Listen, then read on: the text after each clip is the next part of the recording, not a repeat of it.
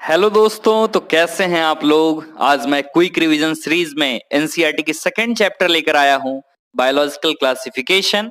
और हम इसकी क्रैश कोर्स सीरीज भी देख चुके हैं।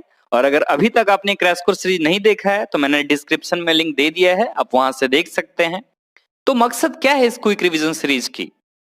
अगर आपका कोई चैप्टर वीक है, आप रिवीजन कर रहे हो, लग रहा है थोड़ा ये चैप्टर वीक है, तो आप जल्द से जल्द इस वीडियो से आप इसका रिवीजन कर सकते हो। नीट के ही एक दिन पहले आपको लग रहा है कि मेरी मॉलिक्यूलर बेसिस ऑफ इनहेरिटेंस थोड़ी वीक है, सेल डिवीजन थोड़ी वीक है, तो तुरंत आप बिट्स फॉर बायोलॉजी पे आकर वीडियोस देख सकते हो। तो एक इजी वे में आप चैप्टर की रिवीजन कर सकते हो, क्विक रिवीजन कर सकते हो, स्पीडी रिवीजन कर सकते हो।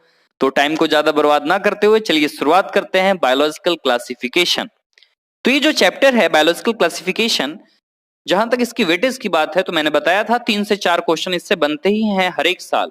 बहुत ही इंपॉर्टेंट चैप्टर है, कंसंट्रेशन के साथ इसे देखेंगे। तो इसमें 2 हाइलाइटर का मैंने यूज किया है। एक तो रेड हाइलाइटर, जिससे वो क्वेश्चंस जो एग्जाम में पूछे जा चुके हैं पिछले 10 साल में, और येलो हाइलाइटर से वो चीजें अंडरलाइन की गई हैं जिनकी प्रोबेबिलिटी बनती है एग्जाम में पूछे जाने की नीट में। तो चलिए शुरुआत करते हैं हमारा ये चैप्टर बायोलॉजिकल क्लासिफिकेशन। तो क्लासिफिकेशन हम क्यों करते हैं कि हमें पढ़ना इजी हो जाए कोई चीज। ग्रुपिंग क्यों करते हैं हम अपने कन्वीनियंस के आधार पे कि कोई चीज को हम इजी बनाना चाहते हैं, तभी क्लासिफिकेशन किया जाता है। तो सबसे पहले तो क्लासिफिकेशन जो किया गया वो फूड, शेल्टर और क्लॉथिंग के आधार पे। एरिस्टोटल आए साइंटिफिक बेसिस ऑफ क्लासिफिकेशन लेकर, जिसमें उन्होंने डिवाइड किया ट्रीज, श्रब्स और हर्ब्स।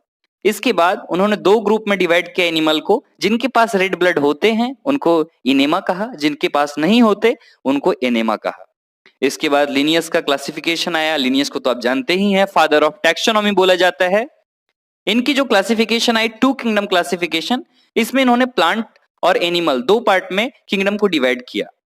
तो इनमें कुछ डिमेरिट्स भी थी, बहुत सारी कमियां थी। जैसे इन्होंने प्रोकैरियोट्स और यूकैरियोट्स के बारे में कुछ बातें नहीं की, यूनिसेलुलर और मल्टीसेलुलर के बारे में जिक्र नहीं किया, फोटोसिंथेटिक और नॉन फोटोसिंथेटिक के बीच इन्होंने कोई भी बात नहीं की।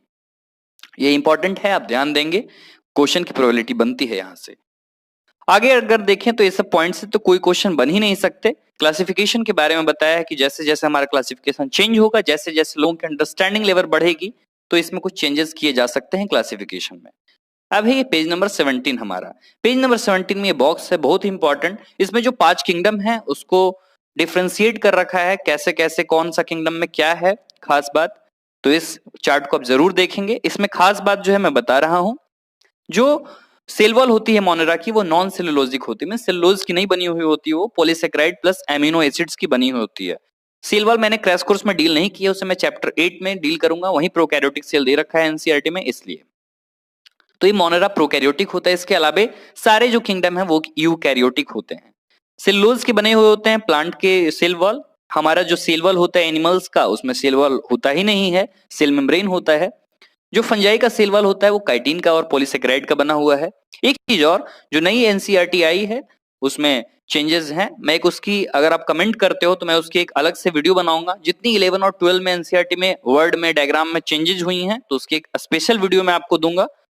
तो कमेंट जरूर कीजिएगा अगर आपको चाहिए हो तो। नेक्स्ट है न्यूक्लियर मेम्ब्रेन। तो ये तो जानते ही आप, न्यूक्लियर मेम्ब्रेन मोनेरा में नहीं होता और बाकी सब में प्रेजेंट होते हैं। बॉडी ऑर्गेनाइजेशन, धीरे धीरे ये लेवल बढ़ती गई। सेलुलर लेवल से आज हम मल्टी सेलुलर लेवल पे पहुंच चुके। मोड ऑफ न्यूट्रिशन, तो जो मोनेरा है वो ऑटोट्रॉफिक भी करते हैं और हेटरोट्रॉफिक भी।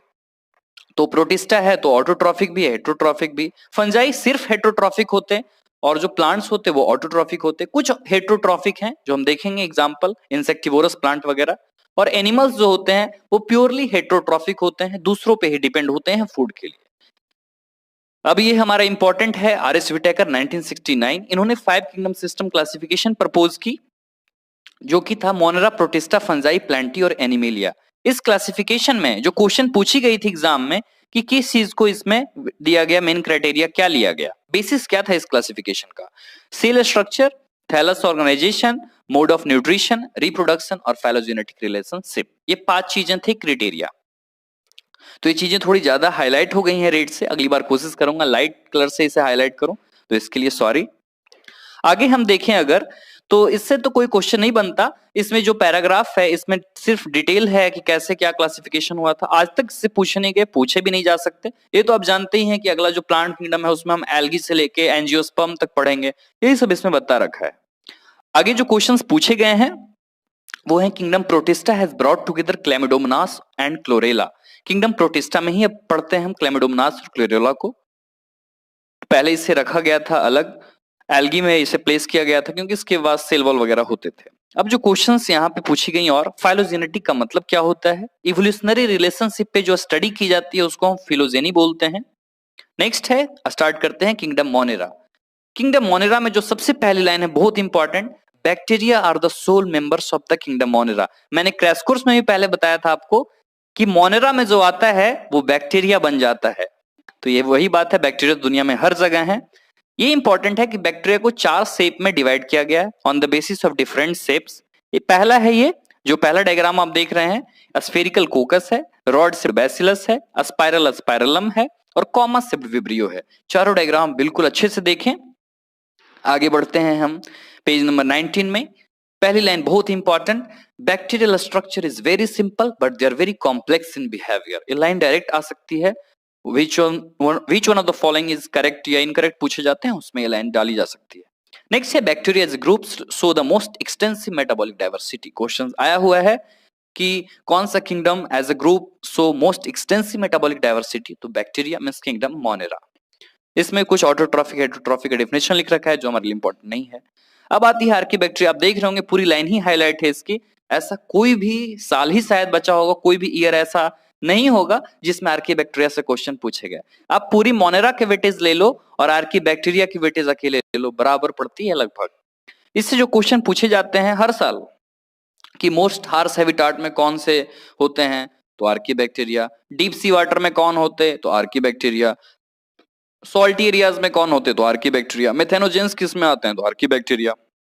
ये पूरी की पूरी पैराग्राफ इसमें इंपॉर्टेंट है। इसमें 3 चीजें आती हैं, हेलोफाइल्स, थर्मोएसिडोफाइल्स और मेथेनोजेंस। आर्कीबैक्टीरिया एक नॉर्मल बैक्टीरिया से डिफर किस चीज में करते हैं, सेल वॉल स्ट्रक्चर या सेल मेम्ब्रेन के स्ट्रक्चर में, क्योंकि एक्सट्रीम कंडीशन में इसलिए सर्वाइव कर पाते हैं। मेथेनोजेंस जो होते हैं वो किसी भी रूमिनेंट एनिमल्स जैसे कोई भी कैटल्स वगैरह हैं, काउज हैं, बफेलो है, तो इसके ये गट में होते हैं मेथेनोजेंस। मेथेनोजेंस का यूज किस लिए किया जाता है, मीथेन के प्रोडक्शन में। ये चीज थी हमारी आर्कीबैक्टीरिया, बहुत इंपॉर्टेंट, इसको जरूर देखेंगे अच्छे से। नेक्स्ट है यू बैक्टीरिया। यू बैक्टीरिया को ट्रू बैक्टीरिया बोलते हैं, क्वेश्चन आया हुआ है। नेक्स्ट है साइनोबैक्टीरिया को ब्लू ग्रीन एल्गी भी बोलते हैं। इसके 2 टाइप हैं, एक तो फोटोसिंथेटिक ऑटोट्रॉफ्स और एक केमोसिंथेटिक ऑटोट्रॉफ। तो फोटोसिंथेटिक में तो ये आप देखते ही हैं, नॉस्टो कैनावेना वगैरह आती है। इसमें सराउंडेड बाय जिलाटिनियस सीड। ये जो सीड आप देख रहे हैं, ये जो डायग्राम देख रहे हैं, इसमें जो सीड है साइड में, ये म्यूसिलेज की बनी हुई होती है जिसको जिलाटिनियस सीड भी बोलते हैं। जो वाटर ब्लूम जानते हैं आप, पॉल्यूटेड वाटर बॉडीज में होती हैं। एटमॉस्फेरिक नाइट्रोजन, नाइट्रोजन फिक्सेशन के लिए हेट्रोसिस्ट का यूज किया जाता है। नेक्स्ट है नॉस्टो कैनाबेना वगैरह, एच शेप्ड की ये सेल होती है जो आप देख रहे हैं डायग्राम में, हेट्रोसिस्ट बहुत इंपॉर्टेंट। नॉस्टो कैनाबेना दोनों एग्जांपल इंपॉर्टेंट है। केमोसिंथेटिक ऑटोट्रॉफ, ये क्वेश्चन पूछा गया था कि कैसे ऑक्सीडाइज करती हैं, उसमें तो ऑप्शन दे रखा था ग्लूकोज वगैरह, तो इसमें ग्लूकोज से तो कोई रिलेशन ही नहीं है। केमिकल यहाँ 2-3 ही आते हैं, नाइट्रेट्स, नाइट्राइट्स और अमोनिया। बहुत ही अच्छा रोल है इसका रिसाइकलिंग ऑफ न्यूट्रिएंट्स में, जैसे नाइट्रोजन, फास्फोरस, आयरन और सल्फर वगैरह में। हेट्रोट्रॉफिक बैक्टीरिया, अगर पूछे अबंडेंस के हिसाब से दुनिया में सबसे ज्यादा कौन से बैक्टीरिया होते हैं, ऑटोट्रॉफिक या हेट्रोट्रॉफिक, तो हेट्रोट्रॉफिक बहुत ज्यादा होते हैं क्योंकि इनका ह्यूमन पे सिग्निफिकेंट रोल होता है। जैसे दूध से दही बनाने में काम लिया जाता है, एंटीबायोटिक के प्रोडक्शन में काम लिया जाता है, लेग्यूम प्लांट्स वगैरह में नाइट्रोजन फिक्सेशन में काम आता है। क्वेश्चन आया हुआ है, ध्यान देंगे। नेक्स्ट है हमारा कि कुछ ऐसे भी बैक्टीरिया हैं जो डिजीज कॉज करते हैं, जैसे कॉलेरा, टाइफाइड, टिटनस, साइट्रोस्काइंकर, और कुछ ऐसे भी जो है पैथोजेंस मींस हैं ये जो डिजीज कॉज करते हैं। इसके आप याद कर लेंगे कि कौन से पैथोजेन से ये होता है, जैसे cholera, vibrio cholerae, typhoid, Salmonella typhi, tetanus, clostridium tetani और साइट्रोस्काइंकर, जैंथोमोनास साइट्री। नेक्स्ट है हमारा बैक्टीरिया फिजन से रिप्रोड्यूस करता है, अगर अनफेवरेबल कंडीशन हो तो स्पोर से, और अगर फेवरेबल कंडीशन या सेक्सुअल रिप्रोडक्शन कर रहा है तो डीएनए का ट्रांसफर होगा एक बैक्टीरिया से दूसरे बैक्टीरिया में। माइकोप्लाज्मा बहुत ही इंपॉर्टेंट, इस साल भी क्वेश्चन पूछा गया था इस पे। माइकोप्लाज्मा एक ऐसे ऑर्गेनिज्म होते हैं जिनमें सेल वॉल नहीं होती। स्मॉलेस्ट लिविंग सेल है, आप जानते हैं इनके बारे में, PPLO, can survive without oxygen. Many mycoplasma are pathogenic in animals and plant. Direct ये लाइन नोट कराई थी कि एनिमल्स और प्लांट्स दोनों को डिजीज नुकसान पहुंचाते हैं, माइकोप्लाज्मा। अब है हमारा ये किंगडम प्रोटिस्टा। किंगडम प्रोटिस्टा की एक लाइन सबसे गजब की है, जो वो सिंगल सेल्ड यूकैरियोट्स जो है वो प्रोटिस्टा में आते हैं। अगर यूनिसेलुलर यूकैरियोट्स अगर कोई भी हैं तो प्रोटिस्टा में ही आएंगे। इसमें 5 चीजें हमें पढ़नी होती हैं, क्राइसोफाइट्स, डायनोफ्लैजेलेट्स, इग्लिनोइड्स, स्लाइम मोल्ड्स और प्रोटोजोआंस। ये 5 चीजें प्रोटिस्टा में आती हैं। मेंबर्स ऑफ जो प्रोटिस्टा एक्वेटिक ही होते हैं, प्राइमरी एक्वेटिक। ये किंगडम की खास बात, इसमें प्लांट, एनिमल और फंजाई तीनों से आपको लिंक देखने को मिलेगा। जैसे स्लाइम मोल्ड देख लो आप, इसमें फंजाई से लिंक मिलती है।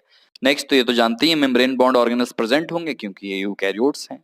क्राइसोफाइट्स, अगर पूरी वेटेज की बात करें, जो 5 हम इसमें पढ़ेंगे, तो सबसे ज्यादा वेटेज क्राइसोफाइट्स की ही है। क्राइसोफाइट्स में हर एक लाइन से क्वेश्चन पूछी गई है। क्राइसोफाइट्स में 2 पार्ट आते हैं, एक तो डाइटम्स और एक गोल्डन एल्गी, जिन्हें डेस्मिड्स बोला जाता है। ये होते कहाँ हैं? ये फ्रेश और मेराइन वाटर में होते हैं, माइक्रोस्कोपिक होते हैं, छोटे छोटे, और वाटर करंट में ये पैसिवली फ्लो करते हैं। मींस हवा के जो झोंके होते हैं वही इनको फ्लोट करवाती है, प्लैंक्टॉन्स की तरह, जो जू प्लैंक्टॉन्स या फाइटोप्लैंक्टॉन्स होते हैं। नेक्स्ट है, ज्यादातर ये फोटोसिंथेटिक होते हैं। नेक्स्ट है, इसमें जो साबुन की जो डब्बा होता है उसकी ही तरह इसमें सेल वॉल के 2-3 ओवरलैपिंग सेल होते हैं, जो साबुन के डब्बे की तरह फिट बैठ जाती हैं डाइटम्स में। इसमें सिलिका डिपॉजिट होता है जो कि इनडिस्ट्रक्टिबल होता है। ऑप्शन में था डिस्ट्रक्टेबल, तो जी नहीं, ये इनडिस्ट्रक्टिबल होता है, इसको कभी तोड़ा ही नहीं जा सकता। इसके जो सेल वॉल होते हैं वही जब लंबे समय तक जमे हो जाते हैं तो वही बनते हैं डायटोमेसियस अर्थ। एक टाइप का सॉइल होता है जिसका हम यूज पॉलिशिंग में, फिल्ट्रेशन ऑफ ऑयल में और सिरप्स में। लाइन बहुत इंपॉर्टेंट है, मैं हाईलाइट करना भूल गया इसे, very very important line. Diatoms are the chief producers in the oceans. अगर पूरी ओशियन में सबसे ज्यादा ऑर्गेनिक जो बनता है वो डाइटम से ही बनता है फूड। तो ये हमारा ये पूरा पार्ट कंप्लीट हुआ यहाँ तक, क्राइसोफाइट्स तक। अब हम आते हैं डायनोफ्लैजेलेट्स में। जो नई एनसीईआरटी है उसमें डायनोफ्लैजेलेट्स के डायग्राम बने हुए हैं, स्लाइम मोल्ड्स के डायग्राम बने हुए हैं। नई एनसीईआरटी पे जल्दी ही मैं वीडियो बनाऊंगा। नेक्स्ट है डायनोफ्लैजेलेट्स, मेराइन और फोटोसिंथेटिक होता है। आपने क्राइसोफाइट्स भी देखा, वो भी फोटोसिंथेटिक। इसमें कलर्स वगैरह, पिगमेंट, जो पिगमेंट प्रेजेंट होगी उस तरह के इसमें कलर होते हैं। स्टीफ सेलुलोज प्लेट्स होती है आउटर सरफेस पे। 2 फ्लैजला होते हैं, एक तो लॉन्गिट्यूडनल और एक ट्रांसवर्स। एक वॉल प्लेट के बीच में फरो होती है, होल होती है, उसके बीच में ये फ्लैजला प्रेजेंट होती है। इसमें नेक्स्ट है रेड डायनोफ्लैजेलेट्स, गोनियोलॉग्स। इसका मल्टीप्लिकेशन इतना फास्ट होता है कि पूरा जो सी है वो रेड दिखाई देने लगता है, इसलिए इसको रेड टाइड बोलते हैं। इससे टॉक्सिन्स रिलीज होते हैं जिससे फिशेस वगैरह समुद्र में मर जाती हैं, मेराइन एनिमल्स। नेक्स्ट हमारा इग्लिनोइड्स। इग्लिनोइड्स जनरली इग्लिना फ्रेश वाटर में ही होते हैं। सेल वॉल इनके पास नहीं होता, सेल वॉल की जगह इनके पास एक प्रोटीन का लेयर होता है जिसको हम बोलते हैं पेलिकल, जिसलिए बॉडी इनका फ्लेक्सिबल होता है। इनके पास 2 फ्लैजला होते हैं, एक छोटे एक लंबे। फोटोसिंथेटिक और हेट्रोट्रॉफिक दोनों होते हैं। ये खास बात इसकी है कि ये mixotrophic mode of nutrition show out करते हैं। मींस फोटोसिंथेटिक अगर सनलाइट दोगे तो फोटोसिंथेटिक है, अगर सनलाइट नहीं है तो ये हेट्रोट्रॉफिक है। इनमें जो पिगमेंट्स होती हैं वो हायर प्लांट्स के ही जैसे पिगमेंट हैं। तो ये हमारा खत्म हुआ इग्लिनोइड्स। अब है slime modes. Slime modes saprophytic होते हैं, मींस एज ए हेट्रोट्रॉफिक ही ये प्रेजेंट्स रहेंगे। बॉडी जो होती है इनकी अगर सुटेबल कंडीशन है तो प्लाज्मोडियम। एक तो प्लाज्मोडियम आप पढ़ते हैं स्पोरोजोअन्स में, जो मलेरिया वाली, और इसमें भी प्लाज्मोडियम होती है। प्लाज्मोडियम और उसमें क्या डिफरेंस है क्रैश कोर्स में बताया है मैंने। नेक्स्ट है अनफेवरेबल कंडीशन में ये प्लाज्मोडियम डिफरेंशिएट होती है, स्पोर्स इसके टिप पे होते हैं। जो स्पोर्स होती है इनके पास ट्रू वॉल होते हैं, फॉल्स वॉल नहीं होती, इनके पास ट्रू वॉल होते हैं। एक्सट्रीमली रेसिस्टेंट होते हैं, बहुत सारे एडवर्स कंडीशन में भी ये सर्वाइव कर जाते हैं। नेक्स्ट है स्पोर्स जो डिस्पर्स होती हैं वो एयर करंट से, वाटर करंट से ये चीजें नहीं होती, एयर करंट से वो स्पोर डिस्पर्स होगी। नेक्स्ट है प्रोटोजोअन्स, प्रिमिटिव रिलेटिव रहे किसी भी एनिमल के। 4 ग्रुप हैं इसके। पहला है अमीबॉइड प्रोटोजोअन। अमीबॉइड प्रोटोजोअन में इंटा अमीबा एग्जांपल आता है, इसमें स्यूडोपोडिया फॉस्फेट का यूज होगा। नेक्स्ट है फ्लैजेलेटेड प्रोटोजोअन्स, इसका एग्जांपल है ट्रिपेनोसोमा, जिससे होता है स्लीपिंग सिकनेस। नेक्स्ट है सिलेटेड प्रोटोजोअन्स, जिसमें सीलिया वगैरह हजारों सीलिया प्रेजेंट होते हैं और ये उतना खास है नहीं, इसमें पैरामीशियम एग्जांपल आएगा सिर्फ। नेक्स्ट है स्पोरोजोअन्स, जिसका एग्जांपल है प्लाज्मोडियम मलेरियल पैरासाइट, जो कि एक स्टैगरिंग इफेक्ट है किसी भी ह्यूमन पॉपुलेशन पे। इन्फेक्शियस स्पोर लाइक स्टेज होता है इसमें। किंगडम फंजाई तो हेट्रोट्रॉफ तो होता ही, आप जानते ही हैं। नेक्स्ट है कि ग्रेट डाइवर्सिटी मॉर्फोलॉजी और हैबिटाट में ये होता है। आगे है कि यूनिसेलुलर फंजाई आप जानते ही हैं, एस्ट और पेनिसिलियम वगैरह का जो यूज होता है बनता है वो एंटीबायोटिक। पेनिसिलियम जो फंगस थी इससे ही एंटीबायोटिक बनाई गई थी पहली।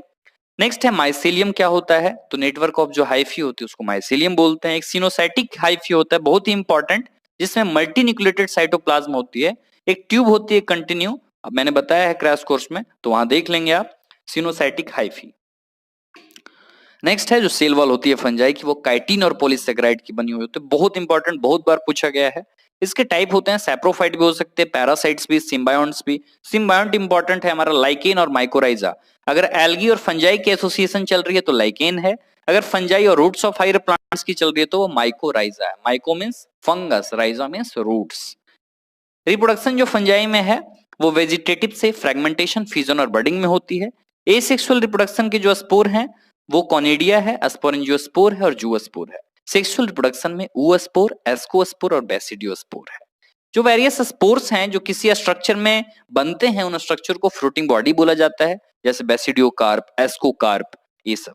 इसमें 3 स्टेप्स होते हैं, प्लाज्मोगैमी, कैरियोगैमी और फिर लास्ट में मियोसिस होता है, जिससे हैप्लॉइड स्पोर बनते हैं। अगर जो फंगस में डाइकैरियोटिक स्टेज होता है, जो डाइकैरियोफेज या डाइकैरियोन, अगर ऐसा होता है तो एस्कोमाइसिटीज और बेसिडियोमाइसिटीज में ही ऐसा देखा गया है। आगे है जो फंजाई का 3 क्लासिफिकेशन है, फंजाई के जो 4 बेसिस में डिवाइड किए गए क्लासेस हैं, किस बेसिस पे डिवाइड है। पहला, मॉर्फोलॉजी कैसा है माइसीलियम का, एसेप्टेट है या सेप्टेट है, ब्रांच्ड है, इस बेसिस पे। Mode of spore formation, next है फ्रूटिंग बॉडी, इसके ही बेसिस पे क्लासिफिकेशन की गई है। एनसीईआरटी का आप डायग्राम अच्छे से देख लें। फाइकोमाइसिटीज, इसे एल्गल फंजाई भी बोला जाता है। ये जनरली एसेप्टेट और सिनोसाइटिक होते हैं। सिनोसाइटिक का सिंपल सा मतलब है जब मल्टी न्यूक्लिएटेड चीजें हो तो उसको सिनोसाइटिक बोलेंगे। एसेक्सुअल रिप्रोडक्शन, ये मोटाइल और नॉन मोटाइल दोनों होता है। मोटाइल है तो जूओस्पोर है और नॉन मोटाइल है तो एप्लेनोस्पोर है। इंडोजेनसली प्रोड्यूस होता है, हम इसी में बार बार कंफ्यूज करते हैं इंडोजेनसली एक्सोजेनसली, तो सिर्फ फाइकोमाइसिटीज है इंडोजेनसली, बाकी सब हैं एक्सोजेनसली, ये चीज आप याद रखें। आइसोगैमस भी होता है। आइसोगैमस में अगर मॉर्फोलॉजिकली सिमिलर हैं गैमेट्स तो इन्हों आइसोगैमस, अगर डिसिमिलर हैं तो एनिसो या ऊगैमस।